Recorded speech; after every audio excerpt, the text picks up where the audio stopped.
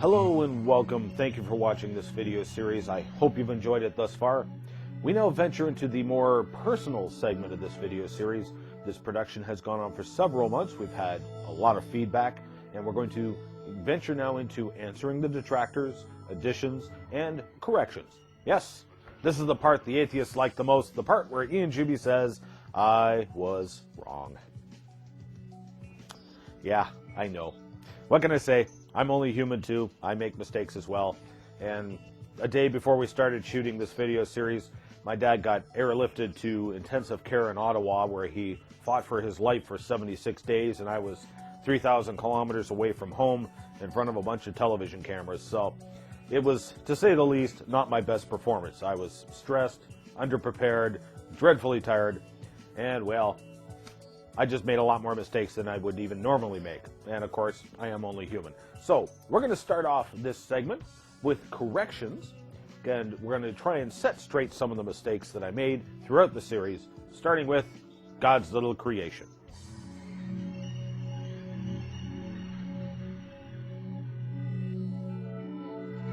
In God's little creation, the children's segment of the video series, I said this about the T-Rex tooth.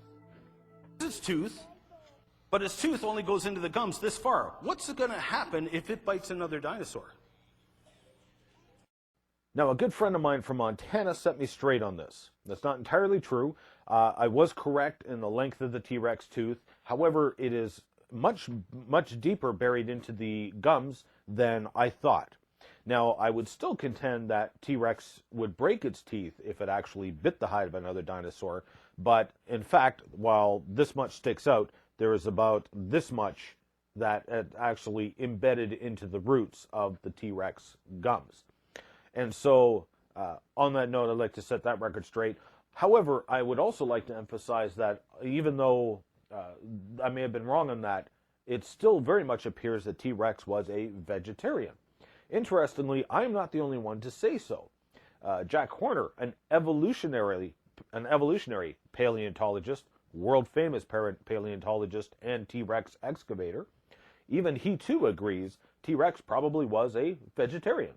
And he argued that basically primarily from the small arms that T-Rex had. They're not suitable for catching prey or holding prey while it eats it, etc. It is, however, good for canes and stalks and grasses. So I'm not the only one that's suggesting that T-Rex was a vegetarian. Again, I'm not being dogmatic about this. I wasn't there. I don't know. So, anyway, moving right along. In part one, there was an erroneous quote that I made from Sir Charles Lyell. Now, what I'd said was that Charles wrote in a letter to one of his friends, I conceived of the idea 5 or 6 years ago that if ever the Mosaic chronology could be set down without giving offense, it would be an unhistorical sketch. Now, that's not quite accurate. What he said was, I conceived the idea 5 or 6 years ago that if ever the Mosaic geology could be set down without giving offense, it would be an unhistoric sketch. My point remains the same. He discredited Moses and Moses' geology and history by making up his own history and his own geology. My point remains the same, but nevertheless, I do wish to correct that erroneous quote, which has been running around the internet actually for quite some time apparently. Okay, in part 7, I was talking about carbon-14 and the formation of carbon-14. I erroneously said that nitrogen-14 loses an electron to become carbon-14. That's not true. It loses a proton. It also gains a neutron. I didn't go into that, and there's technical reasons for this. It has to do with the ultraviolet interaction with gases, etc., in the upper atmosphere. So a couple of creationists caught that. Surprisingly, no skeptics set me straight on that. I was surprised. But anyway, a couple creationists sent me straight on that. Thank you for setting me straight. Okay, also on carbon-14, one of my favorite internet skeptics, L.A. Wilson, said in one of his posts, by the way, C14, or carbon-14 dating, is radiometric dating.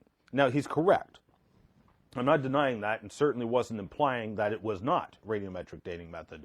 What I was trying to do was differentiate between carbon-14 dating, which is used for once-living organisms, and the other radiometric dating methods, which are used on rocks. So one's for once-living organisms, the other is for materials that never were living, like rocks. So I wasn't trying to imply anything else. Anyway, he's correct. I'm not saying that he was wrong. Just understand where I was coming from. I was simply trying to keep it at a layman's level, is what I was trying to do. Okay, in part 9, I showed you this picture. This was of the Ziggurat of Ur. It said this was the original Tower of Babel. That is not correct. Archaeologists, the Ziggurat of Ur was probably the first replica of the Tower of Babel. In fact, most archaeologists agree it was the Ziggurat of Edamananke that was the original Tower of Babel. So, my bad, set that straight. Also in part 9, I showed you this photograph of Dale Fuller, who is the bulldozer operator who originally uncovered the Moab man's skeletons near Moab, Utah.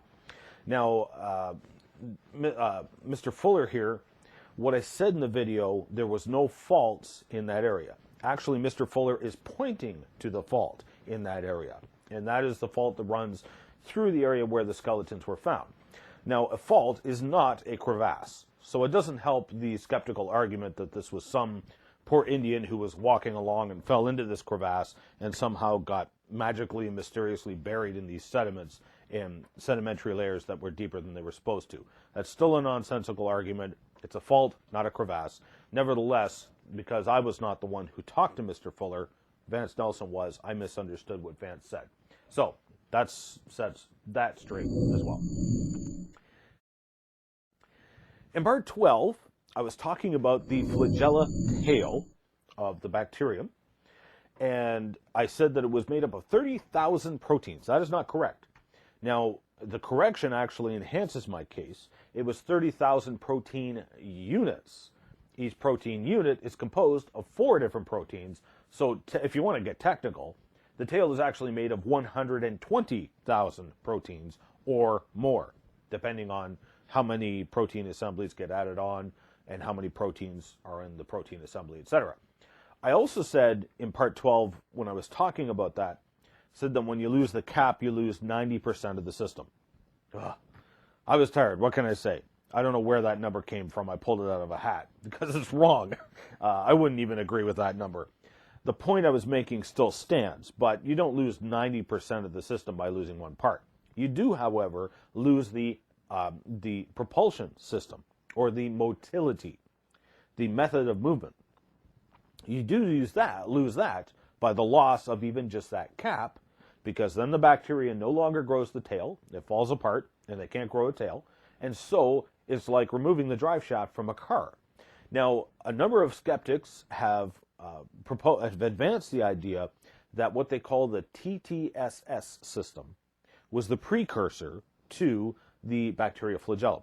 Now, I'm going to come back to that in the additions segment. In fact, I'll write that down right now so I don't forget. TTSS system. We will come back to that because that is worthy of a revisitation. I hear that argument enough, and I didn't cover that in the video series. So I should cover that in more detail. In part 12, one of the skeptics took issue with what I said about a frog turning into a prince. So we didn't evolve from a frog, basically we didn't evolve from a frog. I agree, we didn't evolve from a frog. However, his point is that evolutionists would not claim that we evolved from a frog. I agree. Evolutionists would claim that an unknown amphibian evolved into a university professor. Unknown amphibian, university professor. Frog, prince. I don't see a difference. Really. So just because I oversimplified it for the layman doesn't nullify my argument. It is still just as ridiculous a story to suggest that an unknown amphibian somehow miraculously turned into a university professor, and it's just as ridiculous to say that as it is to say that a frog turned into a prince. On that note, also in video number 12, I believe it was Sweaty Tooth Madman. I'm not sure about that, but one of the users on YouTube, in watching my video, apparently misunderstood what I said. Now, I'm glad you mentioned this because the way I worded it, it almost implied like I was saying the first life evolutionists believed that evolved was a bacteria with a flagellum. Now, that's not true. I know that's not what evolutionists would claim. Evolutionists would claim it was a more simple life form. So thank you for bringing that up. I do want to clarify that. On that note, I will simply say this. There is no such thing as a simple cell, as evolutionists would claim. The simple cell is just another fictional character in the evolution myth. There's nothing simple about a cell. Cells, when you take a look inside them, are like something straight out of Star Trek. I mean, they've got force fields, shuttlecraft that go through automatic garage door openers. They take parts from one cell and bring it to the other. Each little part manufactured in the factories has its own zip code that's attached to it, so the shuttlecraft knows where to take it. You've got these incredible factories that produce these machines. You've got robots that crawl up and down these microtubules called kinesin and dynesin, and they transport huge bundles of parts for various places of the cells. It's just astounding to look inside the cell. There's nothing simple about the cell. And if any one of those parts is missing, the whole cell's got a very serious problem. It can die real quick from the loss of one part. There's nothing simple about the cell.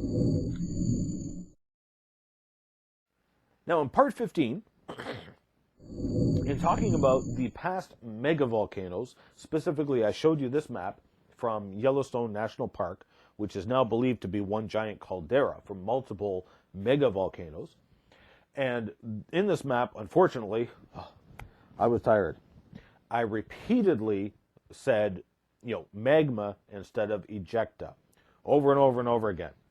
Ejecta is what came out of those megavolcanoes, not so much magma. Magma did come out undoubtedly in some cases, but it was more ejecta. So I was tired, I kept using the wrong word. Now, one kind gentleman from Poland wrote in afterwards and set me straight on the argument with Lucy's knee. Now, I had a deliberation about this, which I discussed briefly in the video. I'm going to revisit this because in the addition section, because we need to settle this, because what I said was incorrect. I said the knee that was found 2.5 kilometers from Lucy's skeleton was the one that was on display. That's not true. That was a misunderstanding of what Johansen wrote, even in his letter, which was sent to me in an attempt to correct the situation. So unfortunately, I'm going to lay the blame for all this confusion still at the feet of the evolutionists, and namely at the feet of Donald Johansen. But we will come back to that. For the moment, I will simply say that the knee that is displayed with Lucy's skeleton is the knee that was found with the Lucy skeleton, and not the one that was found 2.5 kilometers away. I was incorrect in saying that. But we'll come back to that, and we'll revisit that later. Now, what we're going to do next, throughout all this series, as a result of a lot of the feedback, and in particular, a lot of the claims and responses from the skeptics, we're now going to venture into the Answering the Detractors segment. And I'm also going to add on to that with a bunch of other things that I missed during the video series that were brought up in the various comments, primarily on YouTube. That's where most of the feedback came from. But I did get some private emails, as well as people talking to me personally and adding some critique or adding some information or requesting specific answers to specific questions. So, in no particular order, here we go. We're going to start with Answering the Detractors.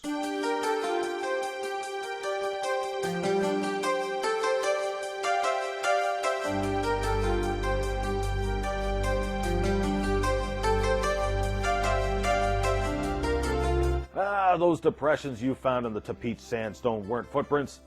Okay, this comes back to what I said in one of the early complete creation videos. I showed a cast this cast, in fact, the fossil footprint right here. And I talked about this. This is cast from a footprint in the Tapete sandstone, dated by the evolutionary community as over 500 million years old. There should be no land-walking animals down that deep. And this was most likely from an amphibian. And so, as a result, I wound up getting railed on the internet. Here is my response in full definition for your enjoyment.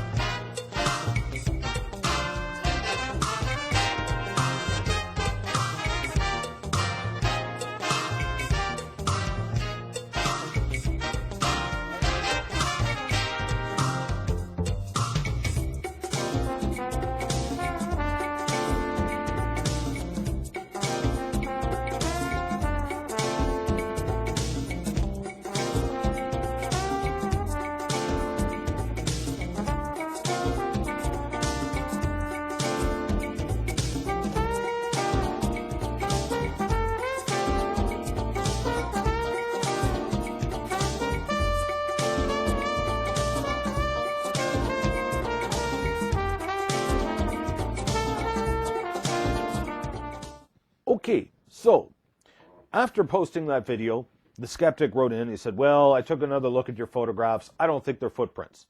Well, first of all, here's how we know a footprint is a footprint. First of all, the pattern. That's what you look for, is the sequence of right, left, or if you've got an animal with multiple feet, like a quadruped, then you look for the right, left pattern of 4 feet. In this case, it was difficult to discern, because apparently this animal, which presumably had a tail, was being buoyed up in water again. Now let's take a close look at this fossil footprint. Well, first of all, you can see multiple toe impressions. Okay, so this is a fairly large track, and this is very crucial to the argument. Notice that when the foot went in, it displaced mud to the back of the track. So as the foot stepped in and pressed to the back, it displaces mud, just like you do on a beach. So this is very important for the argument. These are genuine fossil footprints. Now, this is just as important. In fact, I would say more important. I am not the one who discovered these footprints. It was Mr. John Mackay from Australia who discovered these fossil footprints. In fact, he found them decades ago. In fact, he's been going down there with people who have gone down there to see these footprints for decades. It wasn't John Mackay or myself who made the mold. It was a completely other person, Mr. W.R. Barnhart. He's the one who made the casts. So people have been going down and examining these tracks for decades. they are genuine, I'm not the only one saying so.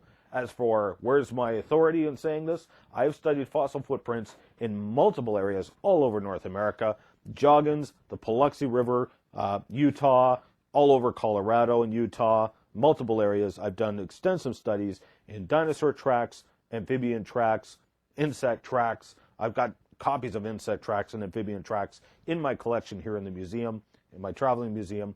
I've been studying fossil footprints all over the place. It's not hard to distinguish them, although it does take a trained eye. I've spent years training my eye to spot fossil footprints, probably over a decade now.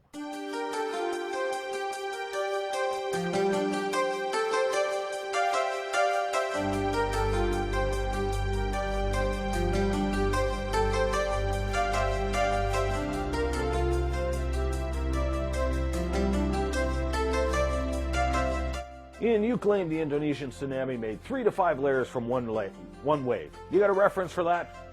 Well, yeah, as a matter of fact, I do have a reference for that.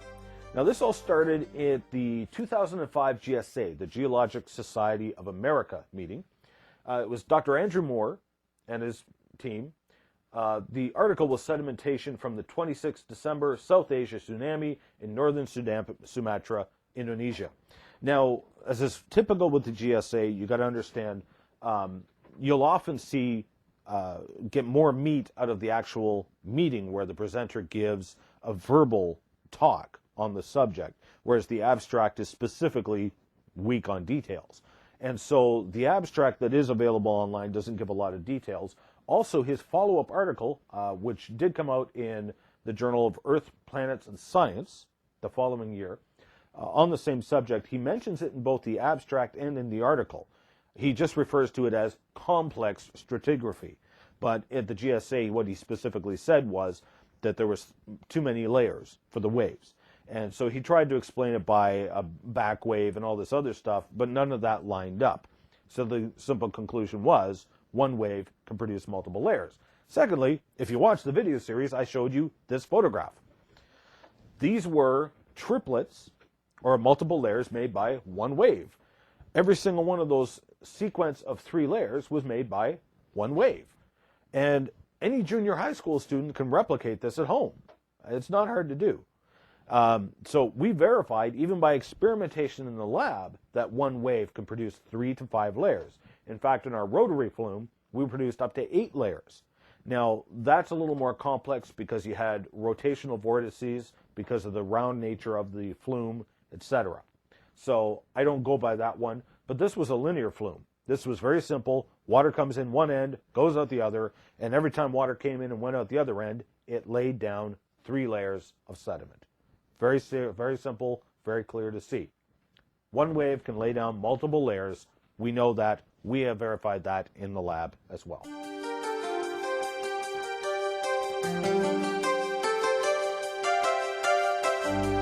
You said Schweitzer found red blood cells. We now know that they were not red blood cells.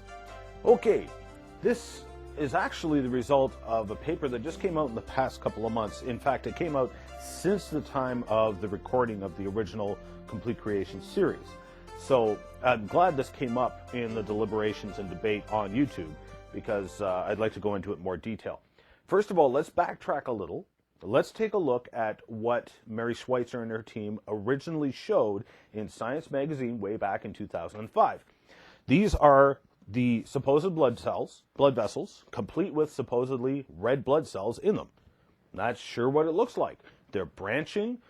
You could take tweezers and squeeze the red blood cells out of them just like toothpaste. I mean, it was astounding. Later on this year, just this past year, Thomas Kai and his team in the Plus One journal claimed that, in fact, what this was is it was biofilm and framboids, that it wasn't blood vessels at all. Now, by biofilm, what he means is take a bucket of water, for instance, and leave it outside in the elements. And eventually it will grow a thin film of pond scum, really, on the pail. He was saying it was along those lines. It was a biofilm. The framboids, which are small clumps of iron globules, were mistaken to be the red blood cells within them. Now, Schweitzer and her team are sticking to their original arguments, and I'm glad they are because I think they are quite correct. First of all, Kai and his team apparently didn't consider that it could be both genuine T-Rex blood vessels and red blood cells, as well as biofilm and framboids. I mean, for the very same reasons that he argues it's biofilm, it's the very same reason that it could be biofilm along with the blood vessels. In other words, the vessels were there, biofilm built up at the same place. Hey, why not? So apparently he didn't consider this. But first of all, I'm sorry, they're blood cells. You're not going to be able to take biofilm and squeeze framboids out of it like toothpaste. It's just ridiculous, really. So I'm going to disagree with them on that one. I think Schweitzer and their team are quite correct. Secondly, as Schweitzer pointed out, first of all, they tested those red blood cells. They found hemoglobin, or what appeared to be hemoglobin. You're not going to find hemoglobin in framboids. So apparently they found hemoglobin in them. Also, gravity would make biofilm thicker on the bottom of the cavity left behind by the blood vessels. So, but that wasn't there, indicating that it was actually the cell wall of a blood vessel. Now, also, it wasn't just blood cells and blood vessels. Check out this picture here. I showed you these photographs in the video series. Remember, this was basically T-Rex meat. They took portions of this, stretched it, and when they let it go, it stretched back into its original shape. Astounding. I don't think they're red blood cells. I don't think it's biofilm or framboids. I think Schweitzer and their team are quite correct in their original interpretation. She's sticking by her guns, and I'm glad they are, because Kai and his team really do not answer the majority of the arguments brought up by Schweitzer and their team, who, by the way, did consider the biofilm explanation in their original research, and they rejected it for the very same reasons they're bringing up now.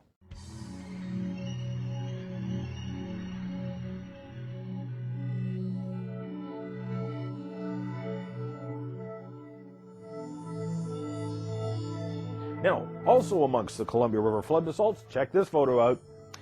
This is palagonite, intermixed with pillow basalts, which are laid down in a cross-bedded fashion, sandwiched in between the Columbia River flood basalts. As we all know from the video series, as I showed you by our experiments done in the lab, crossbeds are formed by water. I don't think anyone will deny that these crossbeds were made by water, a large amount of water. Last but not least, the Columbia River flood basalts are tholeiitic. In the words of Wikipedia, tholeiitic basalts are the most common volcanic rocks on Earth, as they are produced by submarine volcanism.